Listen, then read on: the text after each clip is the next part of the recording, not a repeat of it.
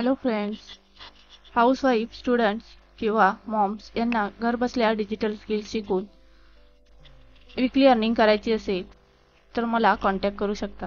माझा नंबर मी व्हिडिओच्या शेवटी देईन. मला फॅमिली फंक्शन आधीच आवडत नव्हते, पण तरी बाबांच्या निर्णयापुढे माझं काही एक चाललं नाही आणि आज मला पाटील फॅमिलीच्या एका कार्यक्रमात उपस्थित राहण्यास भाग पडले होते. सोबत आपल्या वयाचे कोणीच नसल्याने मला तो कार्यक्रम कंटाळवाणा वाटू लागला होता. तेवढ्यात माझी नजर एका लहान मुलीवर पडली व तिला खेळताना पाहून माझा चेहरा खुलला होता. मला त्या मुलीसोबत खेळावेसे वाटले, पण त्याच वेळी तिथे एक सुंदर मुलगी येऊन पोचली व त्या लहान मुलीसोबत खेळू लागली. ती मुलगी खूपच सुंदर होती. त्या लहान मुलीसोबत खेळताना तिचा भोळेपणा, तिचे हास्य मी निरखून पाहू लागलो. हे सर्व बघण्यात मी एवढा रमलो होतो की बाजूला माझी बहीण नैना मला आवाज देत आहे हे मला कळलं देखील नाही. आलोक, आलोक, आलोक, ओय अक्की. अचानक दचकून मी भानावर आलो आणि म्हणालो, बोल ना ती, काय झालं? कोणाला बघतोय एवढा की माझा आवाज देखील तुला ऐकू येत नाही? तसं काही नाही, तिकडे बघ ना, बेबी किती छान दिसते. नैना हसत म्हणाली, हो, तुझी बेबी जास्तच छान दिसते. तसं तुझ्या बेबीचे नाव पल्लवी आहे. ती तुझा काहीतरी गैरसमज होत आहे. मी त्या लहान मुलीबद्दल बोलत होतो. आणि तुला नाव कसं माहिती तिचं? माहिती आहे मला सर्वच. माझा काही गैरसमज होत नाही. एक धक्का आहे तुझ्यासाठी. घरी पोचलास की कळे. एवढं बोलून नैना तिथून निघून गेली. पण माझ्या मनात हाच विचार चालला होता की आता कोणतं नवीन संकट माझ्यासमोर येणार आहे.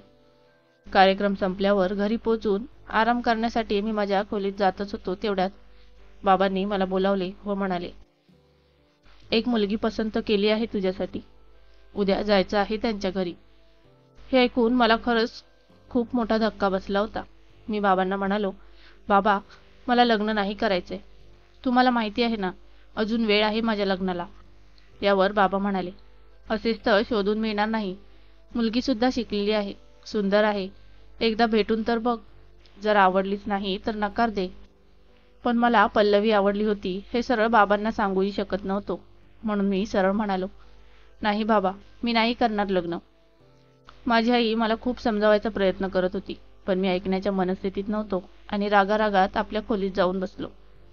मागोमाग माझी बहीण नैना तिथे आली व म्हणाली, अजून एक धक्का देऊ का तुला? मी बोललो, एवढं झालं, अजून काही बाकी आहे का सांगायचं? यावर नैना म्हणाली, हो, खूप काही आहे. मी चिडून बोलू लागलो, प्लीज मला एकटा सोड. नको धक्के देऊ मला. नैना पुन्हा हसत म्हणाली, एकदा भेटून तरी ये पल्लवीला. छान मुलगी आहे. आवडली तरच लग्नाला होकार दे. नाही करायचंय मला लग्न. तू जा. मला नको त्रास देऊ. काही क्षण गेल्यावर माझ्या लक्षात आलं आणि मी हसत म्हणालो, काय? पल्लवी? खरंच? नैना हसत म्हणाली, हो, पण तू तर लग्नाला नकार दिलास. आई बाबा एवढं समजावत होते, पण तू समजला नाहीस. एवढं बोलून नैना हसत निघून गेली. मी आता स्वतःवरच हसत होतो. मी लगेच आईजवळ पोचलो व म्हणालो, आई, तुला आवडलेल्या मुलीला मी बघण्यास नकार दिला, पण नंतर मी खूप विचार केला आणि मला माझी चूक कळली आहे. तुझी पसंत तीच माझी पसंत. आईने तिरक्या नजरेने रागाने माझ्याकडे पाहिले व म्हणाली, माझ्या पुढे तू काहीही बोल, काही फरक पडणार नाही. तुझ्या वडिलांनी आताच त्यांना फोनवर तुझा नकार कळवला आहे. वाटलंच तर जा आपल्या बाबांना समजव. मला काहीच सुचत नव्हते. माझा पोपट झाला होता. धाडस करून मी बाबांच्या खोलीत शिरलो. बाबा जणू माझीच वाट पाहत होते. मी आत येताच मला बोलले, तुझं म्हणणं पटलंय मला. तुला काय हवंय हे आम्ही विचारायला हवे होते, पण आम्हाला काय हवंय हेच लादत होतो तुझ्यावर. तुला हवं त्या मुलीशी लग्न कर आणि हवं तेव्हा कर, काही बंधन नाही. यावर मी डोकं खाजवत म्हणालो, बाबा, तुम्ही माझा वाईट विचार कराल का? तुम्ही जे कराल ते माझ्या चांगल्यासाठीच कराल. तुम्ही सांगाल त्या मुलीशी लग्न करायला तयार आहे मी. यावर वडील म्हणाले, खरंच का? ठीक आहे तर. ठरलं. उद्याच जातोय आपण पाटील यांच्या घरी. त्याची मुलगी पल्लवी मला आणि तुझ्या आईला खूप आवडली. तुझ्या दीला पण आवडली आहे. आता फक्त तुझी पसंती राहिली आहे. मुलगी बघण्यासाठीच तर तुझी दी सासरवरून माहेरी आली आहे. हे ऐकून मला आपल्या दीवर राग येत होता, पण तेवढाच आनंद होत होता. माझा आनंद गगनात मावत नव्हता. माझा आनंद लपवत श्रावण बाळाप्रमाणे मान खाली टाकून माझ्या खोलीत शिरलो. मला माझं जग मिळालं होतं. दुसऱ्या दिवशी ठरल्याप्रमाणे सर्व पल्लवीच्या घरी पोहोचले. पल्लवीने सर्वांसाठी चहा आणला, पण माझी नजर तिच्यावरून हटतच नव्हती. शेवटी ज्याची वाट मी आतुरतेने पाहत होतो ती वेळ आली. पल्लवीचे वडील आबा हसत म्हणाले, तुम्हाला काही बोलायचं असेल तर आतल्या खोलीत जा. आम्हालाही इथे गप्पा मारायला मिळतील. पल्लवी पुढे जाऊ लागली आणि तिच्या मागे मागे मी चालत होतो. मी पहिल्यांदा असा कोणत्या तरी मुलीसोबत आई वडिलांच्या परवानगीने एकाच खोलीत आलो होतो. काही सुचत नव्हतं काय बोलू. खूप काही बोलावंसं वाटत होतं, मात्र शब्द सुचत नव्हते. 2 मिनिटे झाली होती. कोणीच एकमेकांना काहीच बोलले नाही. पूर्ण खोलीत भयान शांतता पसरली होती. एखादी सुई जरी पडली असती तरी तिचा आवाज कानापर्यंत येऊन पोचला असता. मला ही शांतता नकोशी झाली होती. तिचा आवाज ऐकायची इच्छा मला आतून खाऊ लागली होती. शेवटी मी शांतता संपवण्याचा पराक्रम केला व म्हणालो, काल तुमच्या घरातील कार्यक्रमामध्ये तुम्हाला पाहिलं. पहिल्या नजरेत तुम्ही आवडलात मला. व घरी पोचल्यावर कळलं की तुमच्यासोबत लग्नाची बोलणी करून आई बाबा आले होते. किती सुंदर नशीब आहे ना माझं. पल्लवी सर्व शांतपणे ऐकत होती. पण अचानक काय झालं देवास ठाऊक. ती अचानक म्हणाली, लग्नाला नकार द्याल का तुम्ही? तिचा आवाज ऐकून मन तृप्त झालं होतं, पण नकार ऐकून माझं मात्र मनाचे तार छेडल्या गेल्या होत्या. मन बेचैन झालं होतं. मी तिला विचारले, का? पण मला तुम्ही आवडला आहात. मी कसा नकार देऊ शकतो? आणि का देऊ नकार? जर तुम्हाला नकार दिला तर लोक तुम्हाला वाईट समजतील की मुलीमध्ये काहीतरी दोष आहे म्हणून मी लग्नाला नकार दिला. आणि तुमच्यात दोष आहे असं माझ्या एका नकारामुळे कोणी सांगितलेलं मला अजिबात आवडणार नाही. यावर ती म्हणाली, माझ्याजवळ याचं उत्तर नाही. फक्त तुम्ही लग्नाला नकार द्या. मी तुमच्या पुढे हात जोडते, पाया पडते. हे ऐकून व तिला विनवणी करताना बघून मला खूपच वाईट वाटत होतं. शेवटी मी नकार देणं मान्य केले. माझ्या पायाखालची जमीन सरकली होती. मला काहीच कळत नव्हतं. म्हणतात ना, आपल्याला आवडलेली गोष्ट सहजासहजी मिळत नाही. आणि मला मिळत होती तेव्हा नशिबाने नवीन धक्का दिला होता. मी बाहेर आलो तर सर्व बोलत होते. सर्वांचं बोलणं होईपर्यंत मी काहीच बोललो नाही. शेवटी 9 मार्चची लग्नाची तारीख निश्चित केली गेली. मी व सर्व फॅमिली घरच्या दिशेने निघालो. घरी पोहोचल्यावर मी माझ्या बाबांना सांगितले, बाबा, मला मुलगी नाही आवडली. या वाक्याने बाबाही गोंधळून गेले. कसं शक्य आहे? कालच नैना आम्हाला म्हणाली होती की तुलाही पल्लवी आवडली आहे आणि अचानक आज हे? अरे मूर्खा, 9 तारीख निश्चित केली आहे लग्नाची. मुलगी पसंत नव्हती तर तिथेच का नाही काही बोललास? लग्न म्हणजे खेळ समजते आजकालची पिढी. मी मनोमन विचार केला आणि बाबांना खरं सांगायचं ठरवलं व घडलेला सर्व प्रकार सांगितला.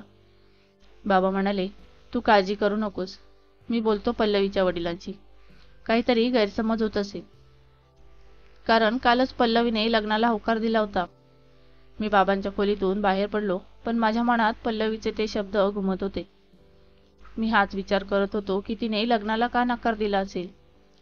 तासभरानंतर पल्लवीच्या वडिलांचा मला फोन आला आणि ताबडतोब भेटायला बोलवले. पल्लवीच्या वडिलांनी मला विचारले, तुला पल्लवी आवडली होती ना? मग लग्नाला नकार का देत आहेस? मी त्यांना घडलेली सर्व हकीकत सांगितली. यावर तिचे वडील गालातल्या गालात हसले व म्हणाले, एवढंच ना? पल्लवीवर एका मुलाने काळा जादू केला आहे म्हणून ती अशी वागत आहे. कालपर्यंत ती लग्नाला तयार होती, पण त्याच मुलाने पुन्हा काहीतरी केलं असावं.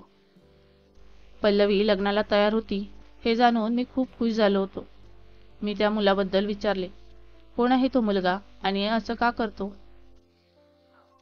तुम्ही का काही केलं या नाही यावर? आणि खरं सांगू तर मला काळा जादू, नवस टोटका यावर बिलकुल विश्वास नाही.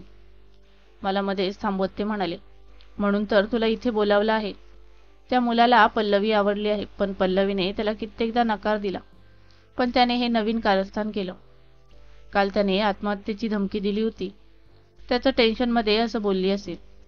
पल्लवीच्या लग्नानंतर तो काहीच करू शकणार नाही. म्हणून सांगतोय, लग्नाला नकार देऊ नकोस. तूच मदत करू शकतोस पल्लवीची. मला काहीच समजत नव्हतं.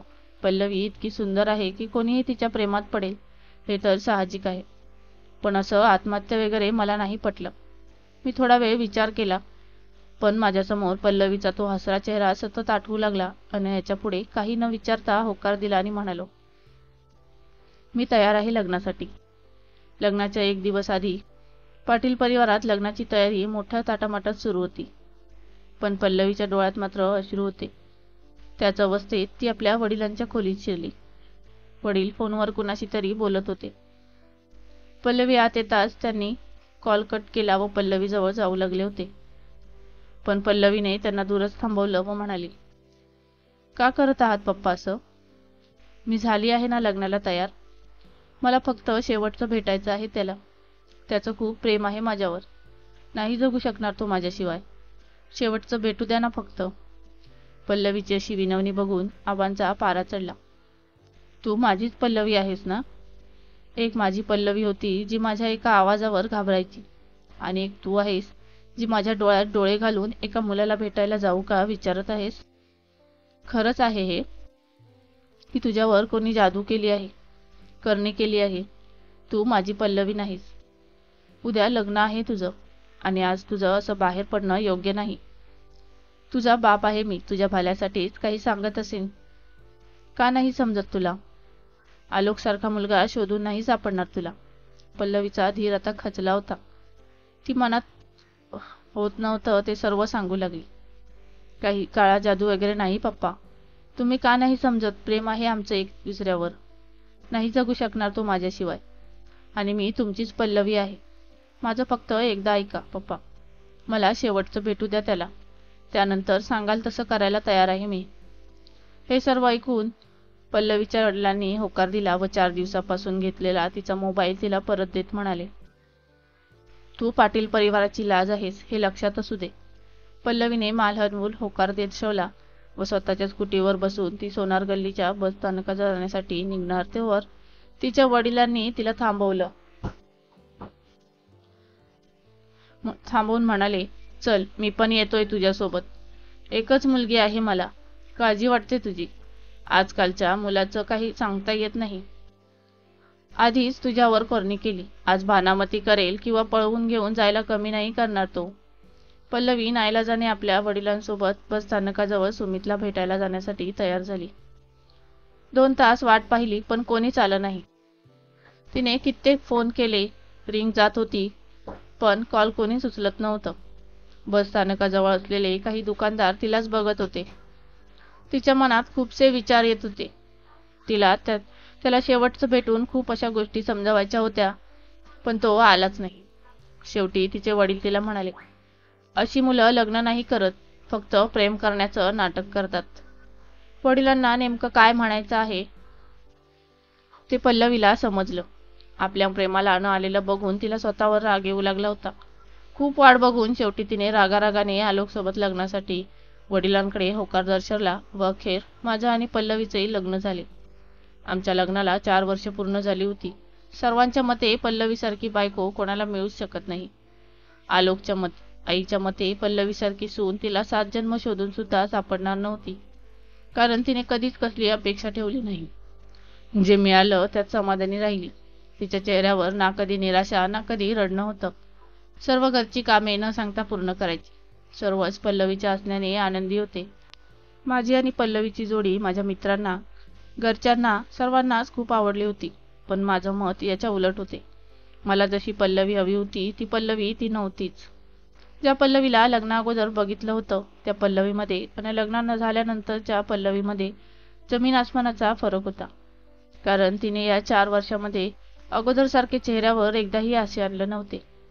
मनातून हसत नव्हती अन मनातलं दुःखही व्यक्त करत नव्हती. असं वाटत होतं ती बायको होण्याचं फक्त कर्तव्य निभावत होती. या 4 वर्षामध्ये कुणाला 1 तर कुणाला 2 मुलं होतात. मात्र आमच्या आयुष्यात हेही सुख नव्हतं. 9 जूनला पल्लवीचा वाढदिवस होता. तिला सतत खुश ठेवायचं असं वचन दिलं होतं, म्हणून वर्षातून एकदा येणारा हा तिचा वाढदिवस मला खूप स्पेशल करायचा होता. यासाठी मी नयनाला याबद्दल विचारलं तेव्हा तिने सांगितलं की सोनार गल्लीतील बस स्थानकाजवळ एका दुकानात तुला हवं तसं गिफ्ट मिळेल. आम्ही कॉलेजमध्ये असताना तिथूनच गिफ्ट घ्यायचो. मी सोनार गल्लीच्या दिशेने निघालो. मी माझ्या घराजवळच्या बस स्थानकावरून 260 नंबरची बस पकडली. कंडक्टर सर्वांचे तिकीट काढत होता. मी सुद्धा एक सोनार गल्लीचे तिकीट काढले. तेवढ्यात माझ्या बाजूला बसलेला एक मुलगा वेगळंच काही बडबडला, म्हणून माझं लक्ष त्याच्यावर गेलं. तो मुलगा कंडक्टरला म्हणत होता, एक तिकीट लव्ह स्टॉप द्या. मला काही समजलं नाही, म्हणून मी त्या मुलाला विचारले, मित्रा, लव्ह स्टॉप हे कोणतं स्टॉप आहे? यावर तो मुलगा काही बोलणार तेवढ्याच कंडक्टर मध्येच म्हणाला, काही नाही हो, ही मुलं गेल्या 4 वर्षापासून उगाच सोनार गल्लीला लव्ह स्टॉप म्हणत आहेत. आता तर सवय झाली आहे आम्हाला याची. का म्हणतात सोनार गल्लीला लव्ह स्टॉप? मी आश्चर्याने विचारले. तो मुलगा पुन्हा काही सांगणार एवढ्यात कंडक्टर पुन्हा मध्येच म्हणाला, बिचारा एक भिकारी बसलेला असतो त्या स्टॉपवर. त्या भिकाऱ्याला बाजूला असलेल्या कीर्ती कॉलेजमधील वेडी मुलं प्रेमात वेडा झालेला आशिक समजत आहेत. जर का या वेड्या मुलांच्या हाती कारभार दिला तर तिथे दुसरं ताजमहाल सुद्धा बांधायला कमी करणार नाही. त्या मुलाला तिकीट देत कंडक्टर हसत पुढे निघाला. सोनार गल्ली स्टॉप आल्यानंतर मी बसमधून उतरलो. घाईघाईने तिने सांगितलेल्या गिफ्टच्या दुकानात पोहोचलो. मी मला हवं असलेलं गिफ्ट घेतलं व तिथून घरी जाण्यास निघालो. जेव्हा मी बस स्टॉप जवळ पोहोचलो तेव्हा मला कळलं की बसला येण्यासाठी 10 मिनिटे आहेत. तर मी तिथे आपली नजर फिरवू लागलो. मी बघितलं की बस स्टॉप जवळ असलेल्या एका भिंतीवर खूप अशी नावे लिहिली होती. मी काही अशाच नावे बसच्या सीटच्या समोर सुद्धा पाहिली होती. मी बाजूला असलेल्या एका स्टुडंट्सने विचारले की यांच्या पुढे लव का लिहिलं आहे. यावर त्या मुलाने एक छान असे हास्य करत त्या वेड्याजवळ बोट करत म्हणाला, तो जो भिकारी सारखा दिसणारा वेडा आहे ना, तो आमच्यासारख्या एकतर्फी प्रेमींसाठी प्रेरणादायी आहे.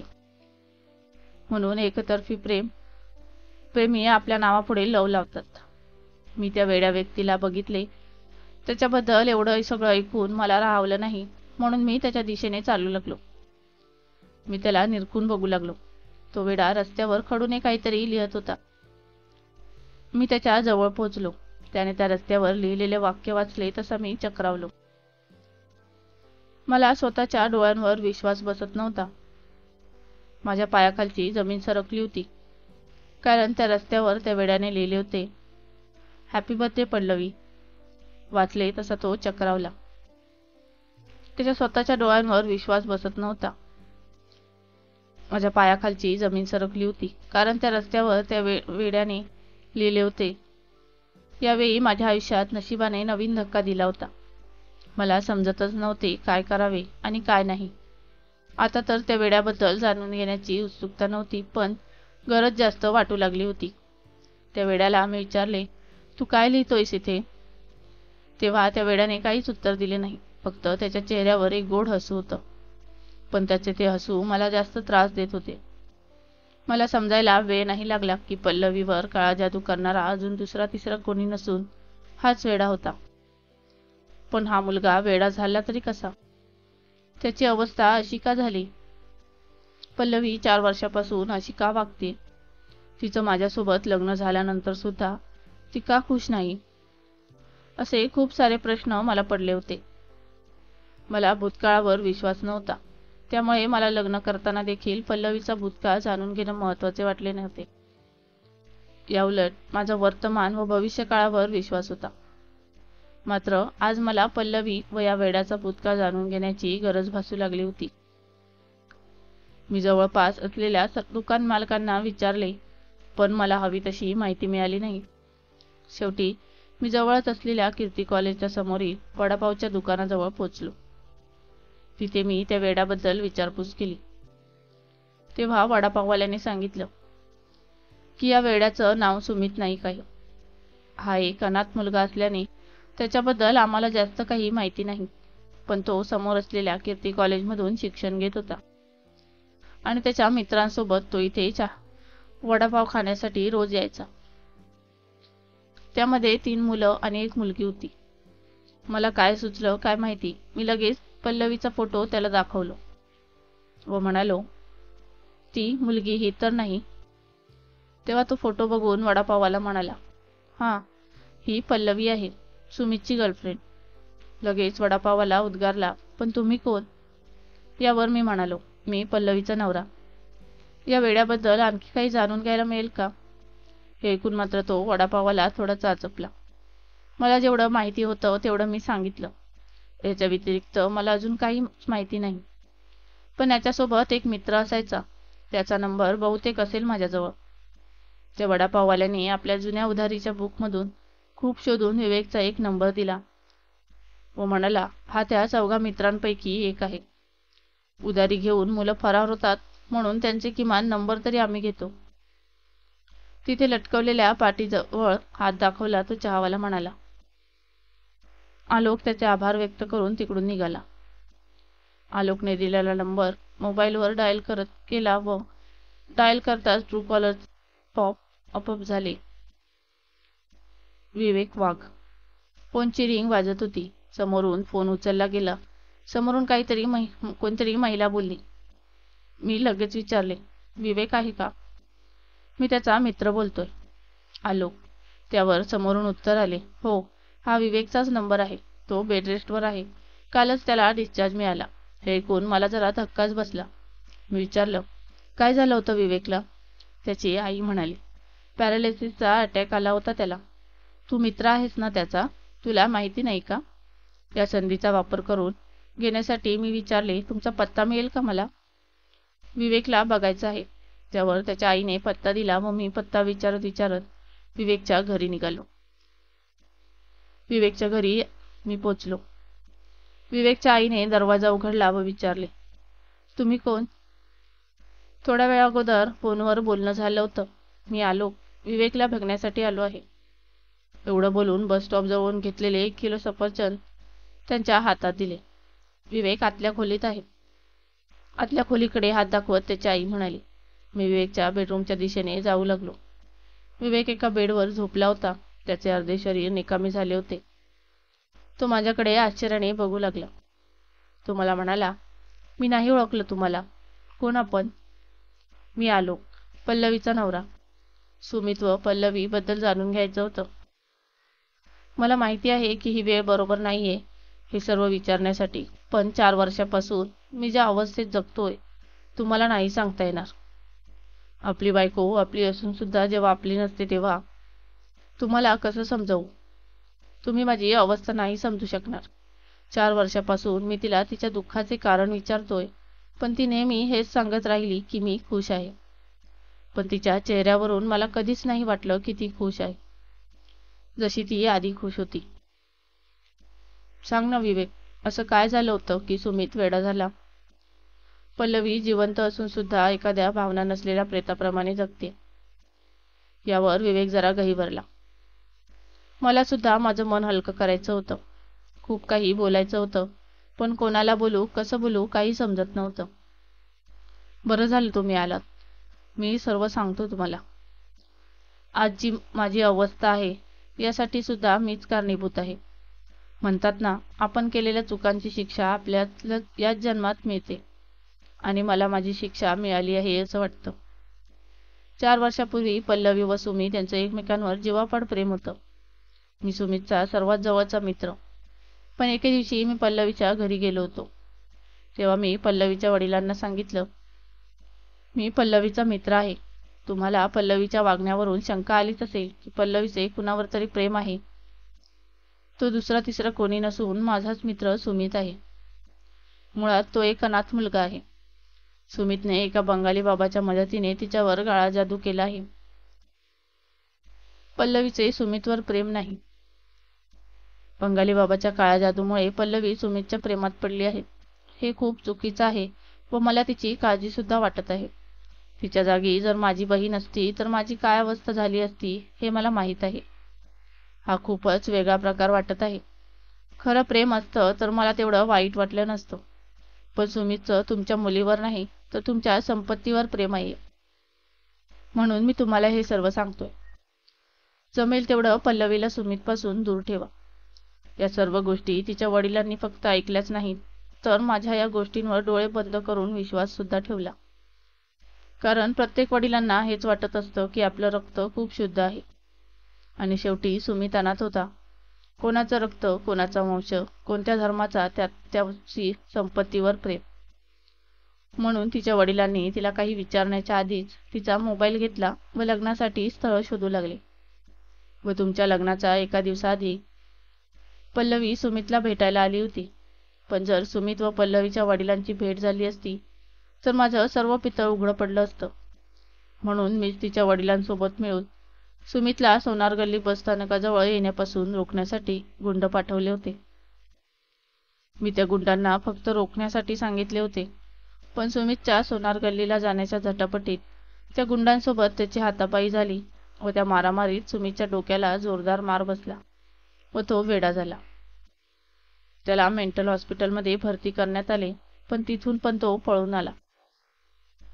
त्याच्या 1 महिन्यानंतर काही समाजसेवकांनी त्याला पुन्हा मेंटल हॉस्पिटलमध्ये दाखल केले, पण तेथे तो श्वास बंद करून स्वतःला मारायचा प्रयत्न करू लागला होता. डॉक्टरांच्या मते तो 1 महिना तिथे व्यवस्थित राहिला. सुमित सुशिक्षित होता, पण वेडा झाला होता. तो रस्त्यावर खडूने काहीतरी सतत लिहायचा. आपल्या प्रेमाच्या आठवणी, आपल्या जुन्या गोष्टी, पल्लवीसाठी बघत असलेली वाट, सर्वच. याच्या आधारावर लोकांनी सुद्धा कळलं की हा प्रेमात वेडा आहे आणि त्याच्या गर्लफ्रेंडची वाट बघत आहे. डॉक्टरांचे म्हणणे आहे की जर ती मुलगी याला भेटायला आली तर हा पुन्हा ठीक होऊ शकतो. यामुळे त्याला सोनार गल्लीमध्येच ठेवायचे असे त्या समाजसेवकांनी ठरवले. अजूनही सुमित पल्लवीची वाट बघतोय. 2 वर्षानंतर मला माझी चूक कळल्यानंतर मी पल्लवीला भेटण्याचा खूप प्रयत्न केला. पण तिचं तुमच्यासोबत लग्न झालं होतं आणि काही महिन्यांनी माझी ही अवस्था झाली. मला माझ्या चुकांची शिक्षा मिळाली आहे. हे सर्व ऐकून मला नवीनच धक्का बसला होता. अशा प्रकारच्या कथा मी सिनेमात व एखाद्या कथेतच वाचले होते. मी पल्लवीच्या वाढदिवसाची खूप स्वप्न रंगवली होती, पण तिला एक सरप्राईज देणार होतो. पण आज मलाच नियतीने एवढं मोठं सरप्राईज दिलं होतं. मला विवेकचा राग येऊ लागला होता, पण त्याला नशिबाने शिक्षा दिली होती. पण माझ्यासमोर आता एक प्रश्न होता, विवेकने असं का केलं? तू का केलंस असं? तुझ्या अशा वागण्यामुळे 3 जणांचे आयुष्य खराब केलंस तू. मी संतापून त्याला विचारले. 3 नाही 4. 4 कसे काय? 4थी व्यक्ती कोण? केदार मराठे. आता हा कोण? केदारशी याचा काय संबंध? मी आता गोंधळलो होतो. केदार मराठे माझ्या लहानपणीचा मित्र. पहिलीपासून ते M.Com.च्या 3ऱ्या सेमिस्टरपर्यंत आम्ही सोबतच होतो. शांत, अभ्यासू, कोणाचीही मदत करण्यासाठी नेहमी पुढे असणारा. पण एका बाबतीत मात्र तो कच्चा होता. तो म्हणजे मुलींशी बोलण्याच्या बाबतीत. M.Com.च्या पहिल्या दिवसापासून त्याला एक मुलगी आवडू लागली होती. आजपर्यंत कधी कोणतीच मुलगी त्याला आवडली नव्हती, म्हणून मी त्याची मदत करायचे ठरवले. 1 वर्ष होत आलं होतं, पण तो आपल्या मनातली गोष्ट तिला सांगू शकला नव्हता. कारण ती मुलगी पल्लवी पाटील होती. कॉलेजमध्ये प्रत्येकालाच आवडणारी अशी ती मुलगी, सुंदर, हसरा चेहरा, मनाला भिडणारा मधुर आवाज. एखाद्या अप्सरेप्रमाणे दिसणारी ती मुलगी केदारलाच काय, संपूर्ण कॉलेजला आवडली होती. तिने कित्येक मुलांना नकार दिला होता. याच भीतीने 1 वर्ष झालं, पण केदार स्वतःच्या मनातील गोष्ट तिला सांगू शकला नाही.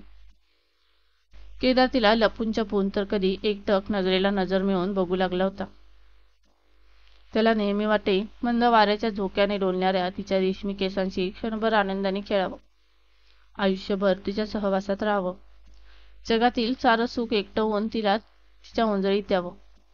शेवटी त्याला राहावलं नाही. त्याने ठरवले तिला एक पत्र लिहायचं. पत्राद्वारे आपल्या मनातील गोष्ट तिला पटवून द्यायची. म्हणून आठवड्याभरापासून तो पत्र लिहू लागला होता.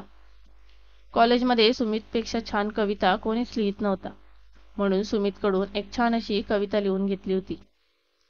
SMS-च्या जगात मी तुला पत्र लिहितोय. हा वेडेपणाच वाटेल तुला, मात्र तुझ्या प्रेमात किती वेडा झालोय हे पटवून देण्यासाठी पत्र लिहिणे हेच मला बरोबर वाटले, म्हणून हा प्रयत्न करतोय. पहिल्यांदा तुला मंदिराजवळून फुलं घेताना पाहिले. निळ्या ड्रेसमध्ये तुला पाहताच हरवून गेलो तेव्हा पासूनच ठरवलं की जगातील सारं सुख एकटवून तुला द्यावे. तुझ्या हसण्याचे नेहमी मीच कारण व्हावे. त्याच मंदिरात जेव्हा भटजींनी माझा हात पाहिला होता तेव्हा त्यांनी सांगितले की तुझे लग्न पी नावाच्या मुलीशी होईल. आणि पहिल्यांदा मला भटजींवर विश्वास बसला होता. पावसाळ्यात जेव्हा जेव्हा तू दिसलीस तेव्हा तेव्हा पाऊस मला भिजवू लागला. जेव्हा तू हसतेस तेव्हा आयुष्यभर तुला असंच बघत बसावं असं वाटतं. जेव्हा जेव्हा मी श्वास घेतो मला तुझीच आठवण येते. डोळे मिटून जेव्हा एखादा थंडगार वारा मला स्पर्श करतो तेव्हा तूच स्पर्श करून गेलीस असं वाटतं. तू विचार करत असशील किती किती लहान पत्र लिहिलंय, पण हेच पत्र लिहिण्यासाठी मला आठवडाभर झोप नाही लागली. खूप काही लिहितोय, खूप काही मागतोय. एक दिवस माझी होश येईल याच आशेवर जगतोय. पत्रावर काही अक्षरे पाण्याचे थेंब पडल्याने पुसली गेली आहेत. ते पाणी नाही, माझे अश्रू आहेत. तू माझ्या प्रेमाला नकार देशील तर काय होईल या कल्पनेमुळे अश्रू आले होते. माझं काही चुकलं असेल तर मला माफ कर. नेहमी स्वतःची काळजी घेत राहा, कारण माझा जीव तुझ्यात गुंतला आहे. स्वतःचा जीव वाचवण्यासाठी तुला काळजी घ्यायला सांगत आहे. तुला पाहताच प्रेम नजरेस यावे, विसरलेले क्षण पुन्हा आठवावे, दुःख लपवून थोडंसं हसावे, डोळ्यातले पाणी डोळ्यातच आठवावे, मनातल्या विचारांचं पत्र लिहावे, पत्र लिहून तुला पाठवावे, पाठवून तुला वाचताना बघावे, बघून तुझं हास्य मनात आठवावे, पुन्हा सर्वत्र तूच तू दिसावी, पुन्हा मी प्रेमात फसावे आणि पुन्हा गालातल्या गालात हसावे आणि मी पुन्हा गालातल्या गालात हसावे. केदारने हे पत्र आपल्याजवळ खूप दिवस ठेवले व एके दिवशी असाच मी त्याच्या बॅगेमध्ये पाहिलं तर मला त्याच्या बॅगेमध्ये हे पत्र मिळालं. मी त्याला चिडवत होतो, डरपोक डरपोक, पण तेवढ्यात सुमित तेथे आला. त्याने आम्हाला विचारले, काय रे, मी लिहिलेली कविता पोचली का पल्लवीजवळ? एवढं बोलून माझ्या हातातून ते पत्र हिसकावून घेऊन तो पळाला. आम्ही त्याचा पाठलाग करत होतो, पण तो पुढे पुढे धावतच होता. अधूनमधून मागे बघून तो पुढे धावत असल्याने त्याचा धक्का एका मुलीला लागला व ते पत्र खाली पडले व त्या मुलीने ते पत्र उचलले, पण सुमित पुढे धावतच होता. त्याने त्या मुलीला इशाऱ्याने सांगितलं की ते पत्र पल्लवीला दे. ती मुलगी पल्लवीची चांगली मैत्रीण होती. मला व केदारला कळलेच नाही की सुमितने केव्हा ते पत्र दिलं.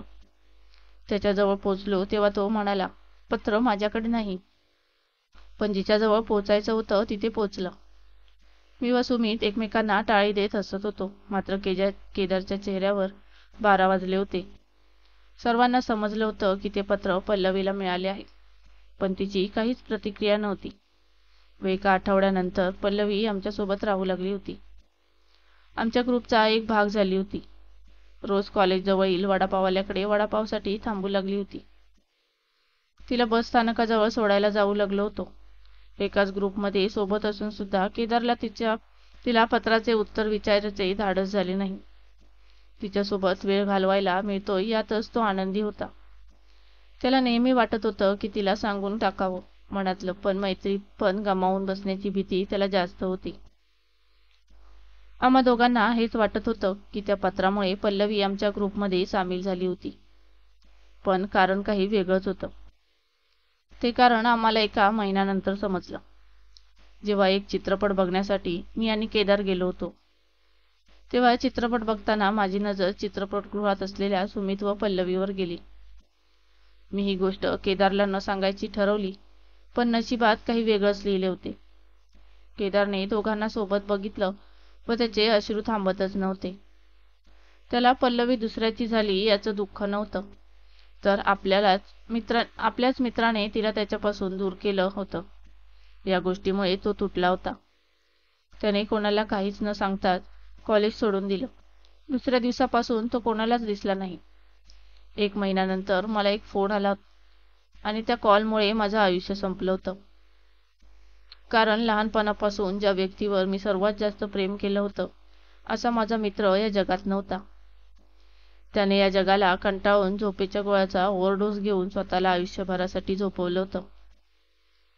मला राहवलं नाही व शेवटी केदारच्या बदल्यापोटी मी हे सर्व केलं. मला अजून समजत नव्हतं की पत्र तर केदारने लिहिलं, मग पल्लवीचं प्रेम सुमितवर कसं? ते मलाही माहिती नाही. ते तुम्हाला पल्लवी किंवा सुमितच सांगू शकतात. पण एक माहिती आहे, सुमितचं पल्लवीवर जीवापाड प्रेम आहे.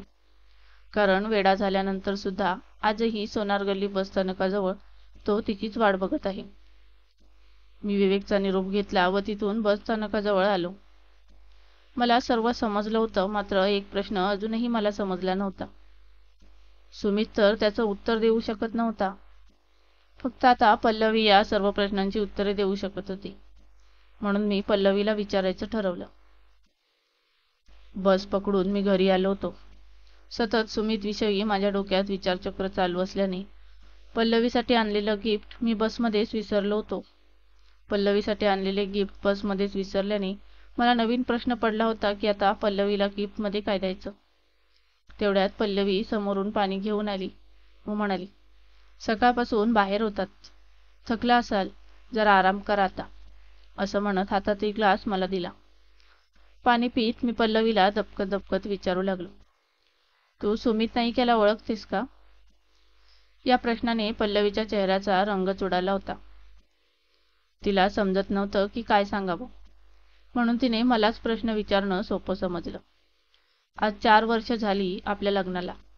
तुम्ही आज का सुमितबद्दल विचारत आहात? मला पल्लवीचा भूतकाळ लवकरात लवकर जाणून घ्यायचा होता.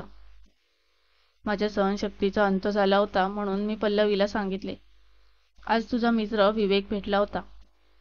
त्याने तुझ्या आणि सुमितच्या प्रेमाविषयी सांगितलं, ते खरं आहे का?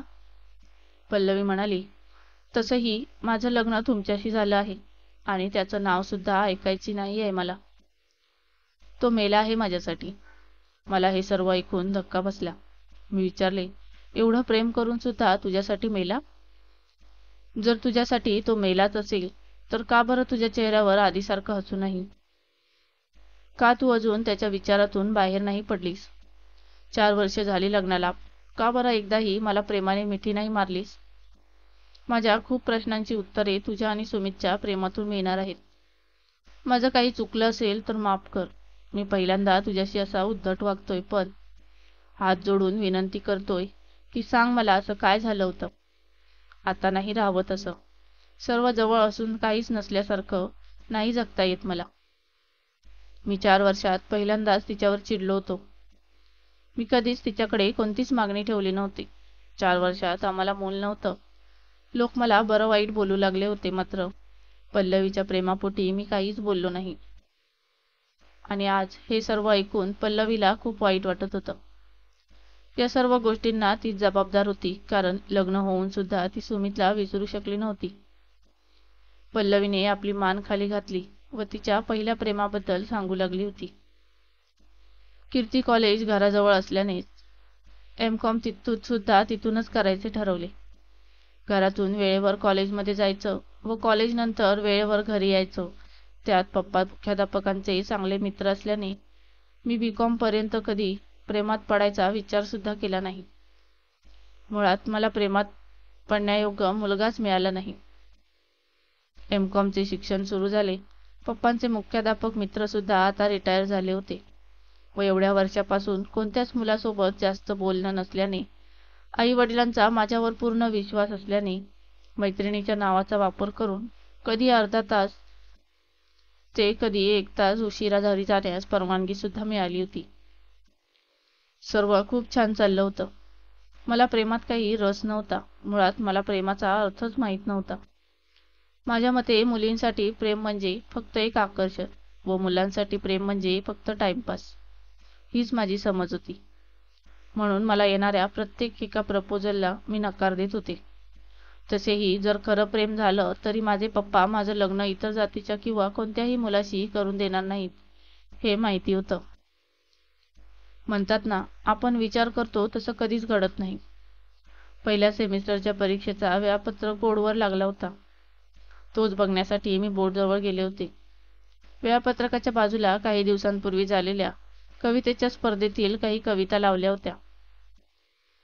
मला कविता कधीच आवडल्या नव्हत्या, पण काय माहिती कसं ती कविता कुठेतरी मनात घर करून गेली होती. ती कविता जणू माझ्यासाठी लिहिली आहे असं मनात कुठेतरी वाटत होतं. ती कविता मला आजही आठवते. कित्येकांना तू नाही म्हणालीस आणि पुढेही नाही म्हणशील. जेव्हा कधी एकटी पडशील माझी आठवण नक्की काढशील. प्रेम खूप पवित्र अनुभव आहे. या अनुभवाला नेहमी तू झुरशील. प्रेम शोधून थकलेल्या मनाला आयुष्यभर कसे सांभाळतील. आयुष्यात एकदा तरी माझी ही कविता आठवशील तेव्हा ही कविता वाचू नकोस, शब्दात माझ्या हरवशील. प्रत्येकाला नाही म्हणता म्हणता मग प्रेमात माझ्या पडशील. तू प्रेमात माझ्या पडशील. त्या कवितेच्या शेवटी एक नाव होतं, ते म्हणजे सुमित नाईक. मला त्याच्या आणखीन कविता वाचायची इच्छा झाली, पण कुठेच त्याच्या कविता नव्हत्या. तेव्हा खूप शोधल्यानंतर फेसबुकवर त्याच्या कविता मिळाल्या. तो दर एका आठवड्याला एक कविता पोस्ट करायचा. हळूहळू मला याची सवय होऊ लागली. मला असं वाटत होतं तो फक्त माझ्यासाठी कविता लिहितोय. कविता आवडता आवडता कधी त्या कवितेमध्ये रमले मलाच कळलं नाही. आणि शेवटी मी त्याच्या कवितेच्या प्रेमात पडले. त्याच्या कवितेच्या जगात वावरताना 1 वर्ष कधी निघून गेलं कळलंच नाही. एके दिवशी निधी माझ्याकडे एक पत्र घेऊन आली. तिने सांगितलं, सुमितने हे पत्र तुला द्यायला सांगितले आहे. हे ऐकून मला माझ्या कानांवर विश्वास बसत नव्हता. मी वेळ न घालवता ते पत्र वाचू लागले. मला पण त्याच्या पत्राचे उत्तर द्यायचे होते, पण मला कविता लिहिता येत नव्हत्या. 2 दिवस असेच गेले. ना तो पत्राचं उत्तर मागायला आला आणि ना मी त्याला पत्राचे उत्तर दिले. 3ऱ्या दिवशी मी निधीच्या घरी गेले होते. स्वतःच्या घरी परतत असताना उशीर झाला होता. मी माझ्या स्कूटीवरून घरी जात होते. थेंब थेंब पाऊस पडू लागला होता. हवामानात अचानक बदल होऊ लागले. वातावरणात मारवा वाढू लागला होता. पाऊस वाढण्याआधी घरी पोहोचायचे होते म्हणून मी गाडीचा वेग वाढवला. मी वेग वाढवला होताच तोवर पावसाची गतीही वाढली. थेंब थेंब पडणाऱ्या पावसाचे रूपांतर धो धो कोसळणाऱ्या पावसामध्ये झालं होतं. माझे कपडे अर्धे ओले झाले होते. मला पूर्ण भिजून घरी जायचं नव्हतं. तेवढ्यात मला एका झाडाखाली भुट्टावाला दिसला. त्याने आपल्या गाडीच्या बाजूला छप्पर लावलं होतं. लिंबू पिऊन मिरची मसाला लावलेल्या त्या मक्याच्या कणसांना बघून तोंडाला पाणी सुटलं होतं. म्हणून मी गाडी त्या झाडाखाली लावली. भुट्टा घेण्यासाठी मी बॅगमध्ये हात टाकला तर माझे पॉकेट बॅगेत नव्हते. मला नंतर लक्षात आलं की बॅग बदलताना पाकीट घरीच राहिलं होतं. माझ्या जीन्सच्या खिशात 10 रुपयेच होते, पण भुट्टा 20 रुपयांचा होता. काकांकडे अर्धा भुट्टा तर मागू शकत नव्हते, म्हणून तशीच पावसाच्या थेंबांना बघत उभी होती. मला थांबून काही सेकंद झाले होते. तेवढ्यात बाईकवर सुमित नाईक त्याच भुट्ट्यावाल्याजवळ येत होता. त्याला माझ्याच दिशेने येताना बघून मनाची धडधड वाढली होती. जेवढा सुंदर तो फेसबुकमधील फोटोंमध्ये दिसत होता, तेवढा सुंदर तो प्रत्यक्षात दिसत होता. तो येऊन माझ्याच बाजूला उभा राहिला. मला त्याच्याशी बोलावंसं वाटत होतं. त्याच्या पत्राचं उत्तर द्यायचं होतं. मला त्याच्या कवितेची प्रशंसा करायची होती, पण तो माझ्याकडे बघत सुद्धा नव्हता. मला भुट्टा घेण्यासाठी 10 रुपये कमी पडत होते, म्हणून बोलायची सुरुवात म्हणून मीच त्याला बोलले, सुमित, तुझ्याकडे 10 रुपये आहेत का? मी कॉलेजमध्ये देते तुला. काय आहे ना, माझं पाकीट मी घरीच विसरले आणि मला भुट्टा खायचे खूप मन झाले आहे. मला बघून त्याच्या चेहऱ्यावर वेगळाच भाव होता. पल्लवी, तू इथे? खरंच मी तुला बघितलं नाही. बरं, 1 मिनिट थांब, आलोच, असं बोलून तो काकांकडून 2 भुट्टे घेऊन आला व एक मला दिला. तुझी कविता छान होती, आवडली मला. कोणती कविता? ती जी तू पत्रात लिहिली होतीस. तुला कसं माहिती ती कविता मी लिहिली आहे? अरे असं का म्हणतोय? पत्र तू दिलंस तर कविता पण तूच लिहिली असशील ना? कोणतं पत्र? मी नाही लिहिलं कोणतं पत्र. अरे तेच पत्र जे तू निधीजवळ दिलं होतंस. मी पूर्णपणे गोंधळून गेली होती. 1 मिनिट, काहीतरी गैरसमज होत आहे. ते पत्र मी नाही लिहिले. ते पत्र केदारने तुझ्यासाठी लिहिलं होतं. पत्र तू लिहिलेलं नाहीस म्हणजे तू प्रेम नाही करत. मला वाटलं तू सर्व कविता मला उद्देशून लिहत आहेस. मला वाटलं तुझं प्रेम आहे माझ्यावर. सकाळपर्यंत खूप खुश होते मी, कारण मी तुझ्या कवितांच्या प्रेमात पडले होते. आणि पत्रामुळे मला कळू लागलं की तू माझ्यासाठी कविता लिहितो आहेस. पण माझंच चुकलं. अख्खं कॉलेज तुझ्या प्रेमात पडले. माझ्या प्रेम करण्याने व न करण्याने काय फरक पडतो? प्रेमात असलो तरी तुला सांगावंसं वाटलं नसतं, कारण केदारचं प्रेम आहे तुझ्यावर आणि मी केदारला दगा नाही देऊ शकत. मी केदारला 1 वर्षापासून बघते. 1 वर्षात तो मला हे सुद्धा सांगू शकला नाही की त्याचं प्रेम आहे माझ्यावर. जरी सांगितलं असतं तरी मी नकारच दिला असता, कारण माझ्या मनात फक्त तूच आहेस. सर्व मुलांच्या प्रेमाला नकार फक्त तुझ्याचमुळे दिला आहे. प्रेम तर माझंही आहे, पण नाही होकार देता येत तुला. आणि हे खरं आहे की त्या कविता फक्त तुझ्यासाठी लिहितोय व नेहमी लिहत राहीन. जर हाच प्रॉब्लेम असेल तर मी तुमच्या ग्रुपमध्ये येईन. याच बहाण्याने तुझ्यासोबत राहायला मिळेल व 1 महिना वाट बघूयात. जर केदारने मला माझ्या पत्राच्या उत्तराबद्दल नाही विचारलं तर तुला माझं प्रेम मान्य करावे लागेल. जर त्याने 1 महिना आधीच विचारलं तर? तो मला नाही विचारणार, आणि जर विचारलंच तर मी विसरून जाईन की मी तुला आजच्या दिवशी भेटले होते व तुमच्या मैत्रीच्या नात्यात नाही येणार. सुमितने या गोष्टीला होकार दिला. 1 महिना संपला, पण अर्जुनने कधीच त्या पत्राबद्दल विचारलंच नाही. मी आणि सुमित प्रेमाच्या रेशमी बंधनात एक झालो. त्यानंतर केदार अचानक कॉलेजमधून गायब झाला व कॉलेजमध्ये दिसला सुद्धा नाही. आम्ही आमच्यात इतके गुंतलो की त्याची कधी आठवण सुद्धा झाली नाही. सर्व खूप छान होतं. मी खूप आनंदी होते. पण 6 महिन्यांनी आमच्या नात्याला काय माहिती कोणाची नजर लागली. माझ्या पप्पांना आमच्या प्रेमाविषयी कळलं. त्यांच्या डोक्यात काय माहिती कोणी हे टाकलं होतं की माझ्यावर सुमितने काळी जादू केली आहे व आपल्या प्रेमात फसवले आहे. पप्पा रोज नवीन मांत्रिक, नवीन बाबा बघू लागले होते. मला काहीच समजत नव्हतं. मी त्यांना कित्येकदा समजावण्याचा प्रयत्न केला की असं काही नाही आहे, पण त्यांना हेच वाटू लागलं की मी नाही तर काळी जादू माझ्या तोंडून हे बोलवून घेते. यात मोठी भर ढोंगी बाबांनी टाकली. त्याच्या मते माझ्यावर काळी जादू एका मुलाने केली आहे. त्यांचा ठाम विश्वास झाला होता, पण हे सर्व खोटं होतं. माझा मोबाईल त्यांनी घेतला होता. मला सर्वच गोष्टींची बंदी होती. माझ्या वाढदिवसाच्या वेळी सुमितने विवेकला माझ्या घरी मला शुभेच्छा देण्यासाठी पाठवलं होतं. तेव्हा त्याने मला सांगितलं की 2 तारखेला संध्याकाळी सोनार गल्ली बस स्थानकाजवळ सुमित तुला पळवून घेऊन जाण्यासाठी येणार आहे. कोणत्याही परिस्थितीत तू तिथे पोहोच. मी खूप खुश होते. 28ला आई पप्पांची लग्नाची 30वी अॅनिव्हर्सरी होती. तिथे मी तुम्हाला पहिल्यांदा पाहिलं. घरातल्यांना संशय येऊ नये म्हणून मी लग्नाला होकार दिला. जेव्हा तुम्हाला भेटले तेव्हा सर्व काही सांगावंसं वाटत होतं, मात्र मनात एक वेगळीच भीती होती. तुम्ही मला खूप चांगले वाटलात.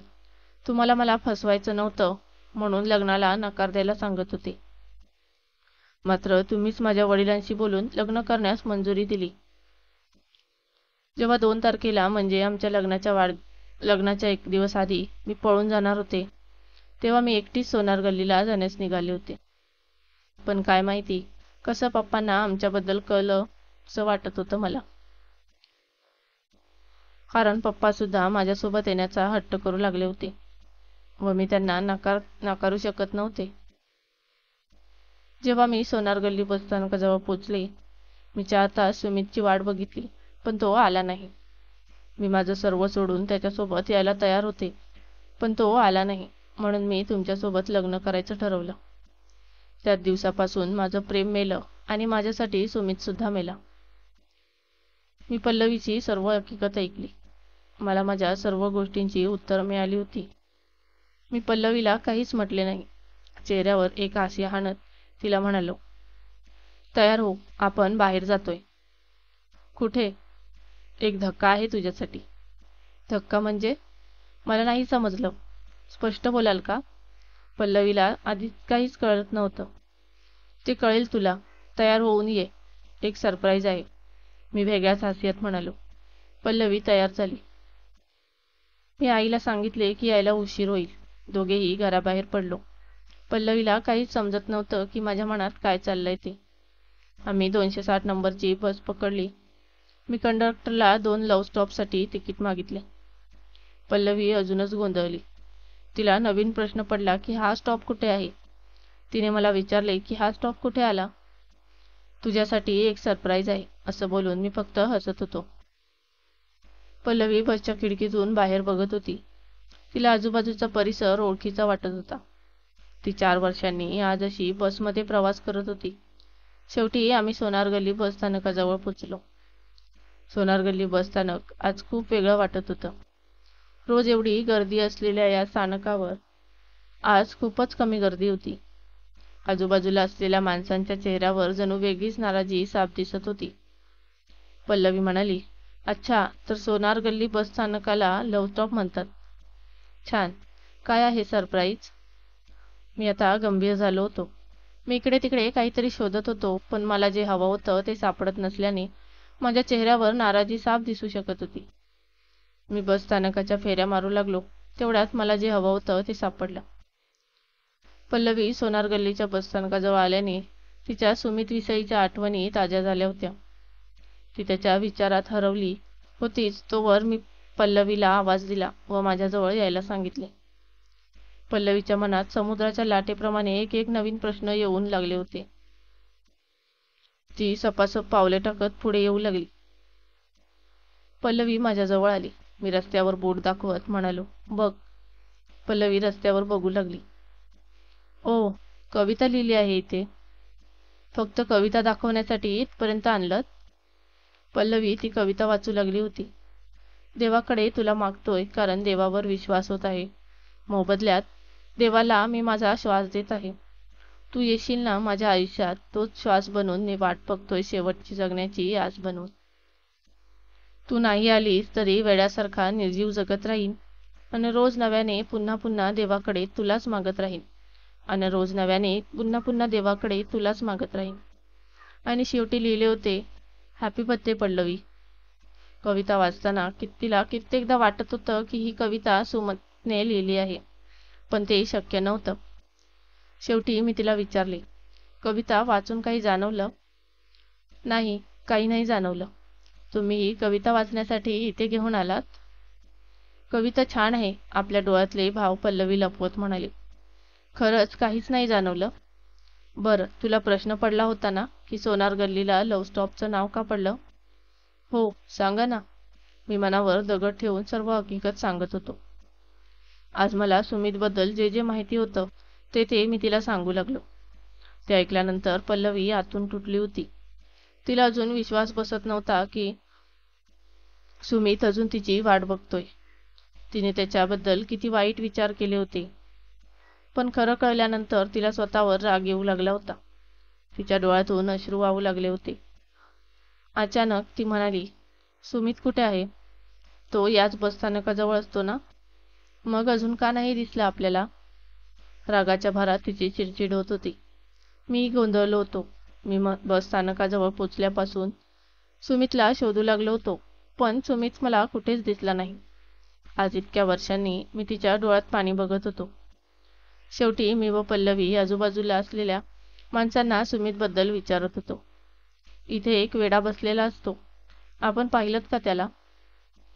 एका व्यक्तीच्या वाक्याने माझ्या आणि पल्लवीच्या पायाखालची जमीन सरकली होती. पल्लवी अक्षरशः जमिनीवर बसली होती. जणू तिच्यात उभं राहण्याची ताकद सुद्धा राहिली नव्हती. तो व्यक्ती म्हणाला, तो वेडा ना? फार वाईट झालं. त्याला घेऊन सर्वजण हॉस्पिटलमध्ये गेले आहेत. एक व्यक्ती दारू पिऊन गाडी चालवत होता व बघता बघता त्याची कार फुटपाथवर चढली. दुर्दैवाने तो वेडा त्या फुटपाथवर बसला होता. खूप भीषण अपघात झाला. मला नाही वाटत तो वेडा वाचेल. किती रक्त गेलंय बघा. बघून तुम्हालाच अंदाज येईल. पल्लवी उठली, त्या फुटपाथवरील रक्ताला पाहिलं आणि तिने हंबरडा फोडला. पल्लवीला त्या अवस्थेत मला बघवत नव्हतं. मला काही सुचत नव्हतं की काय करावे आणि काय नाही. जितका मोठा धक्का पल्लवीला बसला होता, तितकाच मोठा धक्का मला सुद्धा बसला होता. मी कसंबसं पल्लवीला सावरले व म्हणलो, त्याला बघायला आपण हॉस्पिटलमध्ये जाऊया का? त्याला या अवस्थेत मी नाही बघू शकणार, असं म्हणत पल्लवी नकार देत होती. त्याला गरज आहे तुझी. तुला बघताच जगण्याची त्याची इच्छा वाढेल.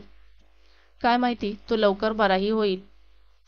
काय माहिती तो माणूस फक्त अंदाज लावत असेल की तो वाचू शकणार नाही, पण प्रत्यक्षात काही दुसरं असेल तर. मी तिला समजावत म्हणू लागलो. मी कसंबसं पल्लवीला समजावले व ऑटो रिक्षा पकडून हॉस्पिटलमध्ये पोचलो. हॉस्पिटल बाहेर खूप गर्दी होती. संध्याकाळच्या वेळी हॉस्पिटलच्या बाहेर कॉलेज विद्यार्थ्यांची गर्दी पाहून मला आश्चर्य वाटले. एक एक विद्यार्थ्याला बाजूला करत आम्ही हॉस्पिटलच्या आत जाऊ लागलो. डॉक्टर ICU मधून बाहेर आले व तेथे असलेल्या व्यक्तींना सांगू लागले की रक्त जास्त गेलंय. घाबरण्याचं काही कारण नाही. आम्ही आमचा पूर्ण प्रयत्न करत आहोत. पण काय डॉक्टर साहेब? त्यातून एक व्यक्ती म्हणाला. पण पेशंट स्वतःचा श्वास बंद करून ठेवत आहे. आम्हाला त्याला ICU मध्ये ठेवावे लागले आहे. जर पेशंट असाच करत राहिला व जगण्याची इच्छा त्याने सोडून दिली तर सांगता नाही येत आम्हाला कितपत त्यांना जिवंत ठेवण्यात यश मिळेल. हे ऐकून पल्लवीची हालत अजूनच खराब झाली होती व मला हे बघवत नव्हतं. यावर मी मध्येच बोललो, सर, पल्लवीला एकदा त्याला भेटू द्या, सर्व ठीक होईल. आपण कोण? डॉक्टर मला म्हणाले. ते महत्त्वाचं नाहीये डॉक्टर. पेशंटला वाचवणे हे जास्त महत्त्वाचं आहे. एकदा पल्लवीला भेटू द्या, सर्व ठीक होईल. कसं शक्य आहे? पेशंट वेडा आहे. त्याला कोणीही भेटलं तरी सारखंच. त्याला माणसं ओळखायची समज नाही. आमचं काम करू द्या आम्हाला. पल्लवीचं प्रेम आहे त्याच्यावर डॉक्टर. एकदा भेटू द्या फक्त. मी हात जोडतो तुमच्या पुढे. हे ऐकताच सर्व विद्यार्थी आपापसात कुजबुज करू लागले. तेवढ्यात सगळ्या विद्यार्थ्यांनी डॉक्टरला आग्रह केला की पल्लवीला एकदा भेटू द्या. सर्वांच्या आग्रहापुढे डॉक्टरने पल्लवीला पेशंटला भेटायला परवानगी दिली. पल्लवीचं मन एका जागेवर स्थिर नव्हतं. 4 वर्षानंतर आपल्या प्रेमाला ती बघणार होती, तेही अशा अवस्थेत. पल्लवीचे एक एक पाऊल जड जात होते. ती आत शिरली. सुमित ओळखायला येत नव्हता. वाढलेली दाढी, रक्ताने माखलेले शरीर. तिला त्याला बघवत नव्हतं तरी ती मन भरून त्याला बघू लागली होती. काय बोलावं तिला कळत नव्हतं. ती फक्त एवढंच म्हणाली, सुमित, बघ, मी आले तुझा श्वास घेऊन. असं बोलता बोलता पल्लवीच्या डोळ्यातून अश्रूच्या धारा वाहू लागल्या. प्रत्येक एका अश्रूतून ती फक्त सुमितलाच बघत होती. सुमितचं मात्र काहीच प्रतिक्रिया नव्हती. फक्त त्याच्या डाव्या डोळ्यातून अश्रूचा एक थेंब बाहेर आला. पल्लवी आता स्वतःला सावरू शकत नव्हती म्हणून ती बाहेर पडू लागली. तोवर तिला एक आवाज आला, पल्लवी. तो आवाज सुमितचा होता. उजव्या हाताने त्याने ऑक्सिजनचे मास्क पकडले होते. स्वतःचं नाव ऐकताच ती धावत जाऊन सुमितला बिलगली व रडू लागली. यायला जास्त उशीर नाही केलास का? मी हरवले होते. मला वाट सापडतच नव्हती. अखेर सापडताच मी आली आहे, तुझा श्वास घेऊन. आता कधीच सोडून नाही जाणार. फक्त तू लवकर बरा हो. एवढ्यात नर्स बाहेरून आत आली व पल्लवीला बाहेर जायला सांगितले. बाहेर एक मुलगा मला विचारत होता, तुम्ही कोण? मी म्हणालो, मी पल्लवीचा नवरा. यावर हसत तो मुलगा म्हणाला, मग मी शाहरुख खान. कोणी आपल्या बायकोला तिच्या प्रियकराशी भेटायला आणतं का? काहीही बोलतो हा. तेवढ्यात पल्लवी बाहेर आली व धावत येऊन मला मिठी मारली. या 4 वर्षात पहिल्यांदा पल्लवीने मला मिठी मारली होती. माझा आनंद गगनात मावत नव्हता. पण हा आनंद जास्त वेळ टिकू शकला नाही. पल्लवी मला म्हणाली, माझं खूप प्रेम आहे सुमितवर. मी नाही जगू शकत त्याच्याशिवाय आणि तोही नाही जगणार माझ्याशिवाय. मी काही बोलणार तेवढ्यात डॉक्टर बाहेर आले व म्हणाले, चमत्कार आहे चमत्कार. मी माझ्या 30 वर्षांच्या करिअरमध्ये हे कधीच नाही बघितलं. पेशंट श्वास घेत आहे आणि वेडा पेशंट पूर्णपणे बरा झाला आहे. बहुतेक त्या कारच्या अपघाताने त्याच्या जखमा भरण्यासाठी 25 दिवस जातील. 3 दिवसांनी पेशंटला डिस्चार्ज मिळेल. यावर सर्व विद्यार्थी ओरडले, सर, कार नाही, प्यार आहे, प्यार. त्यानंतर मी एकटाच घरी पोहोचलो. मी घरी सर्व खरं खरं सांगितलं. घरच्यांनी मला वेड्यात काढलं, पण माझा निर्णय ठाम होता. मी माझ्या आईबाबांना खूप समजावले, पण ते ऐकण्याच्या मनस्थितीत नव्हते. आईबाबांच्या मते हे समाजाला अमान्य आहे. लोक निंदा करतील. पण माझं म्हणणं एकच होतं, पल्लवीचे प्रेम नाही माझ्यावर. ती खुश नाही माझ्यासोबत. मी जे करायला जातोय त्याने सर्व खुश राहू. एखाद्या शवाप्रमाणे नाही बघता येत आपल्या प्रेमाला. त्याऐवजी दूर राहून खुश बघितलेलं जास्त योग्य. अखेर माझं म्हणणं त्यांनी मान्य केलं. त्यांना ते पटले नव्हते, पण मान्य करण्याशिवाय त्यांच्याकडे दुसरा पर्याय नव्हता. 3 दिवस मी रोज डबा घेऊन त्या हॉस्पिटलमध्ये जाऊ लागलो होतो. त्यांना हवं नको ते सर्व पाहू लागलो होतो. त्यामुळे पल्लवीच्या चेहऱ्यावर पुन्हा आधीसारखे हसू आले होते. 3 दिवसांनी सुमित व पल्लवीला मी आमच्या घरी आणलं. जवळच्या सोसायटीमध्ये एक घर भाड्याने घेतले व स्वतःच्या आईवडिलांच्या विरोधात जाऊन समाज दुनियेला न जुमानता मी पल्लवी व सुमितचे लग्न लावून दिले. सुमित पूर्णपणे ठीक होईपर्यंत मी त्याची पूर्ण जबाबदारी उचलण्याचा निर्णय घेतला. त्याग हा प्रेमाचा खरा धर्म आहे. दुसऱ्याच्या सुखात सुख मानणारे, दुःखात साथ देणारे तेच खरे प्रेमी. प्रेमात त्याग हा महत्त्वाचा आहे. तसेच आपल्या प्रेमाची शेवटच्या श्वासापर्यंत वाट बघणं ही तेवढंच महत्त्वाचं. कारण प्रेम हे नातं तसं असतं जे कायम जपायचं असतं. एकमेकांच्या यशासाठी सर्वस्व अर्पण करायचं असतं. फ्रेंड्स, हा माझा कॉन्टॅक्ट नंबर आहे. जर तुम्हाला डिजिटल स्किल्स शिकून वीकली अर्निंग करायचं असेल तर मला या नंबरवर कॉन्टॅक्ट करा. थँक्यू.